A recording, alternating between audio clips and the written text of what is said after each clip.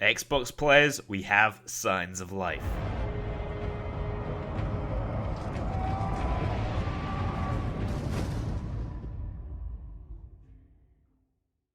What is up, Heisters? Noli here, and welcome to another Payday 2 video.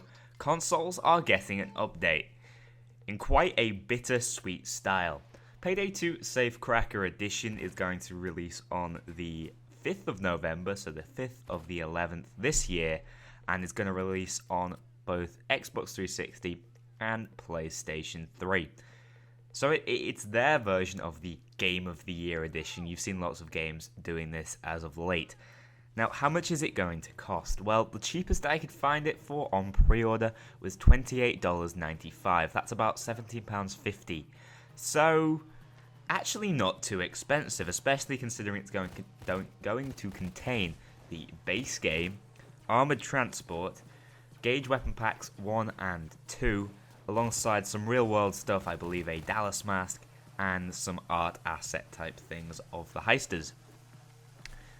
So, is that good value? Well, it actually adds up to about £14 worth of DLC, or $22 worth of DLC, and then you're just paying the additional for the free stuff and Payday.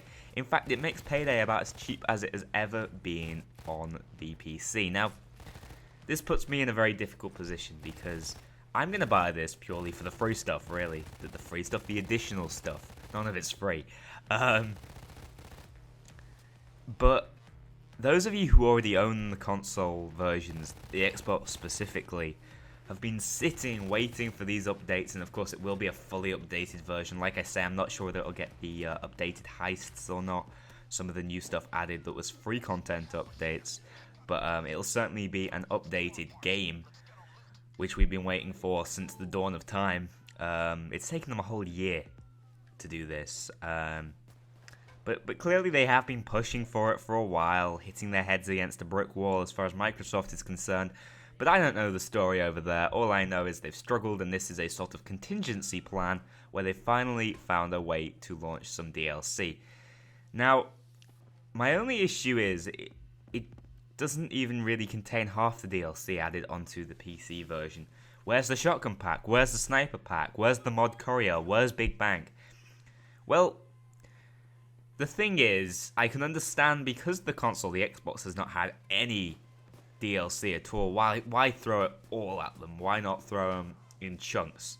But if they end up running up against the same wall and are completely unable to update this version and add more DLC to the Safecracker edition, we're just going to end up in the same position a year down the line with a little bit of an update that people are going to get finished within a month or so.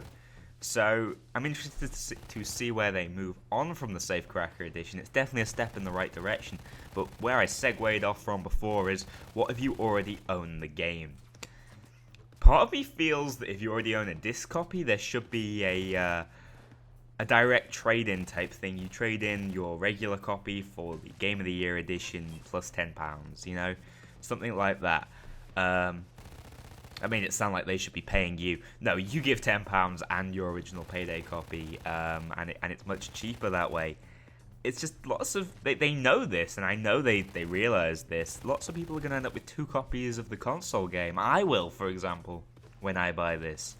And they can't be comfortable with that. They must know the problems, and that's probably why Payday is so cheap in the deal, if you think about it. One other thing to think about is these DLCs have gone very cheap on Steam. So these are the prices that I have announced already.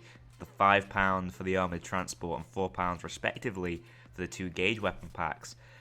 I think they went about £1 each at one point, if not slightly cheaper than that. So that's excluding sale prices.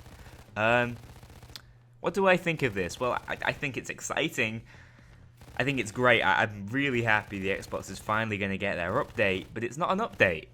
And I understand the problems, and I'm completely aware of it.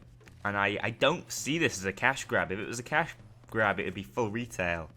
I just see this as a really uncomfortable solution, forcing people to rebuy the game. Or I know it should probably bring more people to the game who've ignored Payday in the past and who've heard the complaints and will finally be getting an updated version.